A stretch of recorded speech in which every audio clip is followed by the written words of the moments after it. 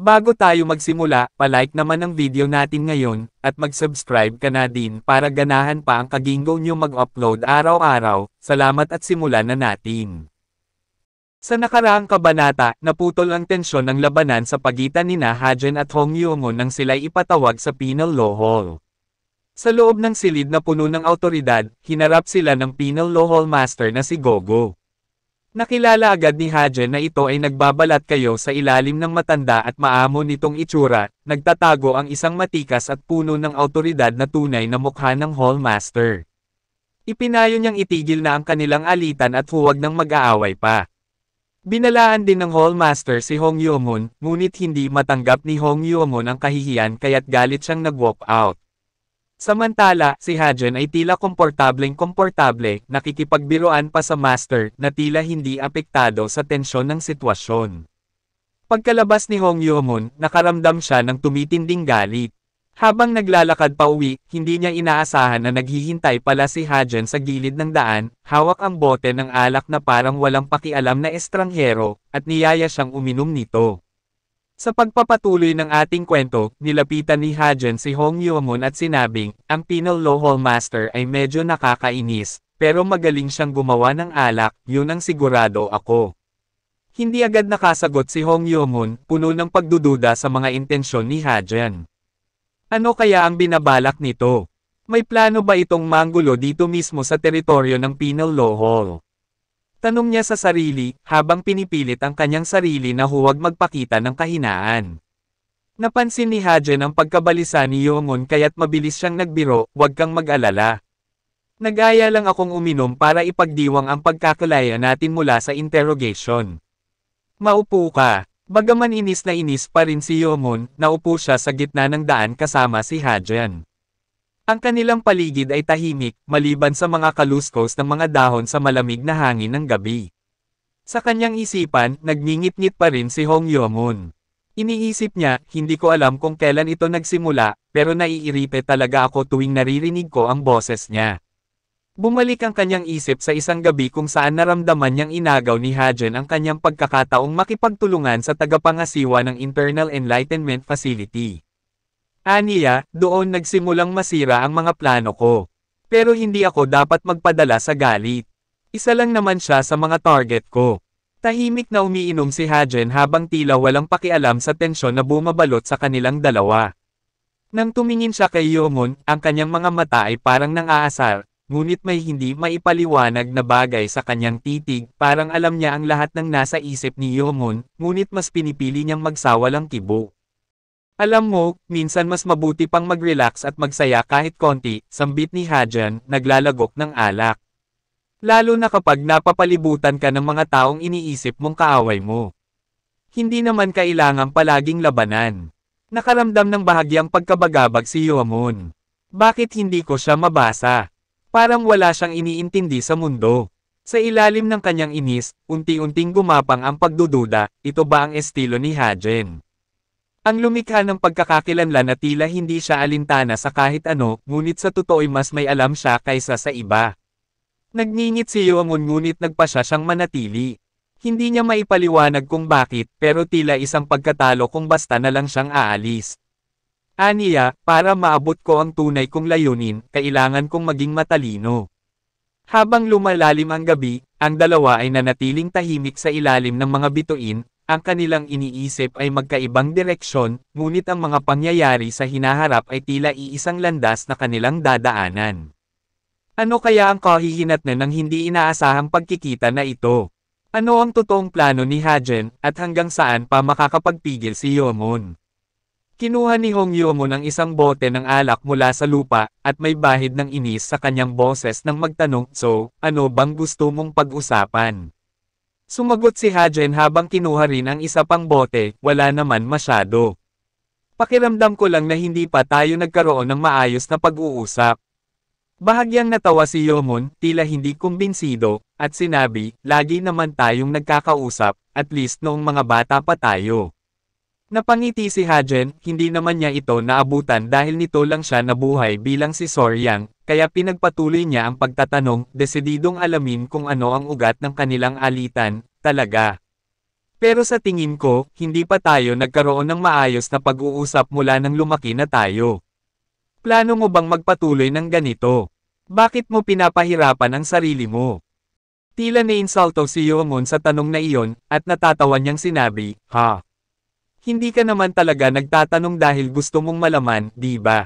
Hindi ba obvious? Darating ang araw, lahat tayong 7 magkakapatid ay kailangang maglaban. Hindi, sa totoo lang, sa araw na naging mga disipulo tayo ng Demon Lord, doon nagsimula ang tunay na labanan sa atin. Bakit mo pa ito tinatanong?" Tahimik na tinanggap ni Hajen ang sagot ni Yoon, sabay inuming muli ang alak. Tumitig siya sa kalangitan bago sumagot, "Oo nga, kailangan nating maglaban, hindi iyon maiiwasan. Pero hindi naman kailangang magpatayan, di ba?" Sa tanong na iyon, bumalik ang tingin ni Yoon kay Hajen, bahagyang naguguluhan sa sinseridad ng kapatid. "Pinigilan mo ba ako dito para lang pag-usapan ang bagay na ito?" Tanong ni Yoon, na tila hindi pa rin sigurado sa motibo ni Hajen. Umiling si Hajen at ngumiti, "Hindi, gusto ko lang marinig kung anong iniisip mo. At least, sa ngayon." Sa kanyang mga mata, may bahid ng interes at pagiging bukas. Hindi siya naghahanap ng away o pakikipagmatigasan, tila gusto lamang niyang makinig, isang bagay na bihira sa kanilang mundo na puno ng politika at gulo. Nagkaroon ng saglit na katahimikan, ang malamig na hangin ng gabi ay pumapasok sa kanilang pagitan, tila pinapalalim ang kanilang pag-iisip. Ang simpleng tanong ni Hajen ay nagpasimula ng alon ng mga alaala at emosyon kay Yoon, mga bagay na matagal na niyang itinatago sa kanyang puso. Nakakunot ang noo ni Hong Yoon habang seryosong sinabi, "Malalaman mo kung titignan mo ang mga dugong bughaw sa lupaing ito. Ang kapalaran ng mga dugong bughaw na hindi naging emperador ay bumagsak at nabuhay ng kaawa-awa. Mas mabuti pang mamatay kaysa maging ganon." Lumagok siya ulit ng alak bago nagpatuloy, "Wala itong pinagkaiba sa atin. Para maiwasan ang ganong kapalaran, kailangan mong patayin kahit mga kapatid mo para maging pinuno." Nag-isip si Hajen sandali bago magtanong, "Yun ba ang kinakatakot mo? Gusto mo ba ng kapangyarihan o pumapatay ka dahil natatakot kang mapatay?" Tila may napitik na sensitibong ugat kay Yoon. Bigla siyang nagalit, binagsak ang bote ng alak sa lupa, at matalim na sinabi, "Nawawalan ako ng gana. Kung tinawag mo ko para lang tanungin ang mga ganyang tanong, aalis na lang ako." Tumayo siya agad, handang umalis sa inis. Hindi nagpakita ng anumang pag-aalala si Hajen. Nagpatuloy lang ito sa pag-inom ng alak at walang takot na sinabi, "Seryoso ako sa sinabi ko sa Penal Law Hall Master. Ayokong magpatuloy sa pamumuhay na puno ng pakikipaglaban at gulo. Anong gagawin mo ngayon? Susubukan mo ba akong ipapatay ulit?" Napuno ng galit ang boses ni Yoon. "Paano kung sabihin kong oo, ha?" Bulyo niya. Ngumiti lang si Hajen at kalmadong sumagot, "Kung gayon, hahayaan ko na lang sa tadhana ang lahat. Pero sigurado akong hindi ka magtatagumpay." "So, anong sagot mo?" Nanatiling tahimik si Yoon. Ang tanong ni Hajen ay nagpatigil sa kanya, sapagkat ito'y nagtatanim ng duda sa kanyang mga plano. Pero hindi rin niya magawang magsalita. Tila ang bawat salitang lalabas mula sa kanyang bibig ay magbubukas ng mga kahinaan na hindi niya gustong ipakita, lalo na sa harap ng kanyang kapatid. Ang hangin sa pagitan nila ay tila bumigat, habang naghihintay si Hajen sa kanyang sagot. Ngunit imbes na kumalma at maging rasyonal, dumaloy ang matinding demonic energy sa katawan ni Hong Yoon, at napalibutan siya ng nagliliyab na lilang aura. Masidi niyang sinabi, "Kung wala nang saysay ang magsinungaling, ibibigay ko sa'yo ang sagot na ito." Sa lakas ng kanyang aura, nabasag ang bote ng alak sa lupa na kanina'y nasa mga kamay niya lang. Ang kanyang mga matay nagdilim habang tumingin siya kay Hajen na may matalim na galit. "Sisiguraduhin ko ang kamatayan mo balang araw." Pagkatapos niyang bitawan ang mga salitang ito, bigla siyang nagulat sa isang malaking pagsabog na dumagundong sa lugar. Nakita ito mula sa malayo, at umatake si Hajen ng walang babala. Muntikan mang nadale si Hong Yoon, nakaiwas siya sa atake, at sa kanyang isip, determinado siyang hindi na muling mabitag sa ambush ni Hajen. Tumingin siya kay Hajen habang galit na tanong, "Anong ginagawa mo?" Halatang hindi inaasahan ang ambush na atake mula sa kanya. Nakaharap si Hajen sa kanya, ang kanyang palad ay puno ng pulang enerhiya, naghahanda sa isang malupit na labanan. Ang sabi mo ay papatayin mo ako balang araw. Sa tingin mo ba hahayaan kitang basta lang makaalis pagkatapos kong marinig ang ganyang klaseng sagot? Ang mga mata ni Hajen ay seryoso, at ang kanyang boses ay malamig nang sinabi niya, papatayin kita dito, ngayon mismo. Tumahimik ang paligid, at ang tensyon sa pagitan ng dalawang batang Panginoon ay mas lalong tumindi. Samantala, makikita si Gogo, ang Penal Law Hall Master, sa isang silid ng Penal Law Hall habang seryosong nakatanaw sa bintana, nag-iisip ng malalim. Bagaman nakaalis na sina Hajen at Hong Yeo-moon, ramdam niya ang bigat ng alitan sa pagitan ng dalawang batang Panginoon. Labis ang kanyang pag-aalala, lalo na't alam niyang base sa kanilang pag-uusap kanina ay hindi susunod si Hong Yeo-moon sa kanyang babala. Kampante naman siyang ang Divine Cult ay hindi basta-basta magigiba dahil sa maruruming gawa at insidente na bunga ng isang tulad ni Hong Yeo-moon, ngunit may mas malalim siyang pangamba tungkol sa ikatlong batang Panginoon, sa katauhan ni Hajen dahil hindi niya ito mabasa kaya hindi niya rin matiyak kung ano ang mga plano nito. Naputol ang kanyang pag-iisip nang marinig niya ang isang sigaw mula sa likod ng pinto ng kanyang silid.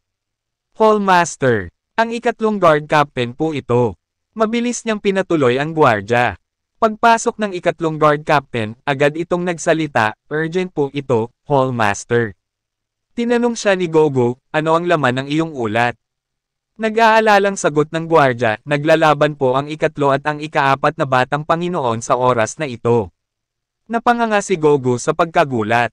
Ha! Agad-agad. Tanong niya, hindi makapaniwalang nagkakaharap na agad ang dalawa matapos lang ang kanilang pag-uusap sa Penal Law Hall.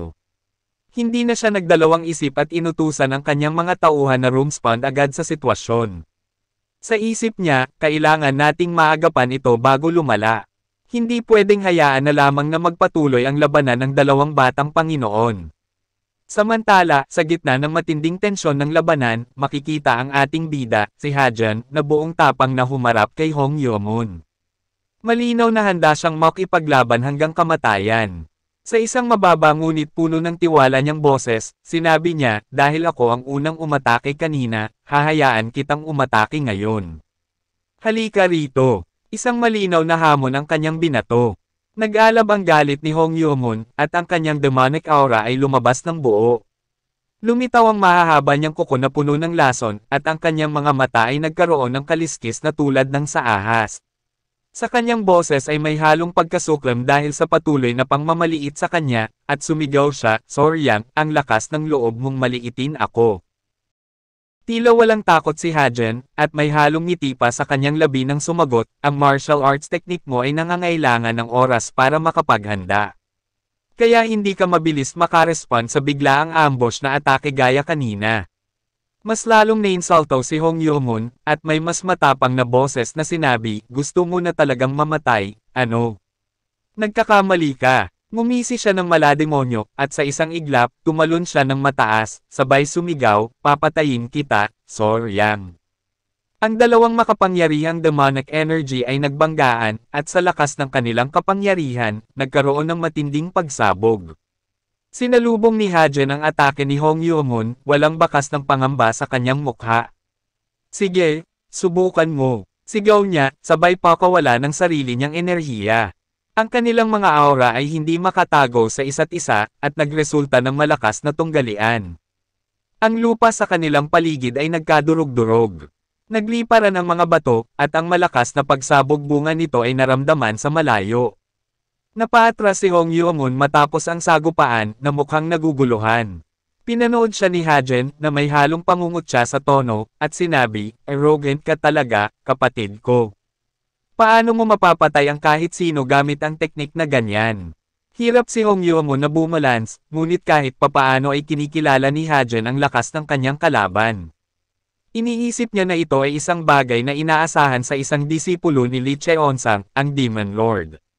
Alam niya rin na mas malakas si Hong Yeo-moon kaysa kay Yui Hong-ryan, ang Berserk Demon Squad leader. Sigurado siya na sa loob ng 10 atake ay madali lamang mapapatay ni Hong Yeo-moon si Yui Hong-ryan. Subalit hindi nangangahulugang hindi niya kayang talunin ang kanyang kapatid.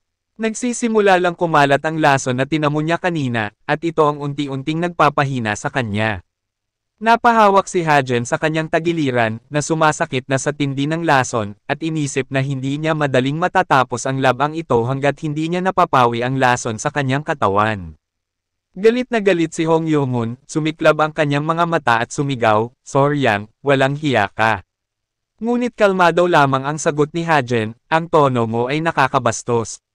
Wala kang respeto." Sumagot si Hong Yong-hun ng puno ng galit dahil sa patuloy na pangungutya sa kanya ng kalaban, "Para namang karapat-dapat kang ay respeto. Sisirain ko yung kalmado mong pagmumukha." Biglang umatake muli si Hong Yong-hun, mabilis at puno ng intensyon na pumatay. Pero sa bilis ni Hajen, sinalag niya ito ng walang kahirap-hirap at ng asar pa, "Wala ka na bang ibibilis pa riyan?" Hindi mapigil ang galit ni Hong Yong-hun, kaya't sinubukan niyang kalmutin si Hajen gamit ang matatalimat mahahabang kuko nito, ngunit mabilis na nasalag ulit ni Hajen ang kanyang braso. "Anong magagawa mo kung ganito kakabagal?" Patuloy na pang-aasar ni Hajen, na tila walang epekto sa kanya ang bawat atake ng kapatid. Sa pagkakataong ito, sumipa naman si Hong Yong-hun habang sumisigaw ng, "Kailan ka ba mamamatay, walang hiya ka?" Ngunit tulad ng nauna, mabilis na nakaiwas si Hajen, na tila naglalaro lang sa gitna ng napakalaking galit ng kapatid. Nagulat si Hong Yong-hun nang mapagtanto niyang wala na si Hajen sa harap niya. Napaisip siya, saan siya napunta? Ngunit narinig niya ang malamig na boses ni Hajen mula sa medyo malayo, "Nandito ako, kapatid." Lalong nagtaka si Hong Yong-hun kung paano ito nakalayo ng ganoon kabilis at hindi man lamang niya napansin. Si Hajen naman ay kalmado pa rin at may bahid ng kumpiyansa sa boses, "Ipapakita ko ito sa'yo ng isang beses lang, kaya manood kang mabuti." Ganito ang tamang footwork. Sa isang iglap parang hangin ang bilis ng mga galaw ni Hajen, halos hindi makita, tumakbo siya patungo kay Hong Yong-hun at isang malakas na suntok ang bumagsak sa tiyan nito. Habang nakayuko si Hong Yong-hun, tanong ni Hajen, "Nakukuha mo na ba ngayon?" Ang teknik na ginamit niya ay ang Heaven Elevation Technique, isang teknik na sinasanay siya noong nakaraan pa. Napatilapon si Hong Yong-hun, ngunit bago siya tuluyang bumagsak, nagamit niya ang kanyang mahahabang kuko upang makahawak sa lupa at pigilan ang sarili na mapalayo pa. Nagngangalit ang ngipin at nakakunok sa kanyang mukha habang iniisip, paano niya nagawa yun? Ni hindi ko nasundan ang kanyang mga galaw. Si Hajen naman ay tila hindi nag-alala at nagsalita, "Okay, sapat na yun." Ang dynamic sa pagitan ng Nine Heavens Contraction Divine Steps, Heaven Elevation Technique, at Dark Shadow Demonic Arc ay maganda ang resulta. Sigurado naman akong gagana ito, pero wala akong pagkakataong subukan ito sa totoong laban. Ngayon, sigurado na ako. Sa puntong iyon, napagtanto ni Hong Yong-hun na ginagamit lang siya ni Hajen upang subukan ang kanyang mga teknik. Lalong nag-alab ang kanyang galit at sumigaw, "Ang arroganteng to. Ang lakas din ng loob mong gamitin ako para lang sa ensayo mo. Huwag mong asahang magiging madali ang kamatayan mo." Determinado si Hong Yong-hun na hindi basta magpapatalo, ngunit malinaw na ang laban na ito ay hindi kasing dali ng inaasahan niya. Gumamit si Hong Yong-hun ng Serpent King Technique, at agad nagbago ang kanyang aura, tila isang rumaragasang tsunami ang dumaan, at nagkabiyak-biyak ang lupa sa bawat madaanan ng kanyang kapangyarihan. Tumalon si Hajen ng napakataas, iniiwasan ang epekto ng kapangyarihan ni Yong-hun, at sinabi, "Sinabi ko na sayo, walang saysay yan. Ang ganitong klase ng atake ay hindi gagana sa akin. Hindi mo pa rin ba nauunawaan nang makita mo ang footwork ko?" Ngunit nakangisi lamang si Hong Yong-hun, tumatawa habang nagsalita, "Soryang, hindi ka pa rin nagbabago. Maliit pa rin ang tingin mo sa akin. Palagi mong minamaliit ang lahat ng tao sa paligid mo, at kahit kailan, hindi mo naranasang tumangala." Napansin ni Hajen na may kakaiba sa mga salita ni Hong Yong-hun. Tila nagbabadya ng isang paparating na atake.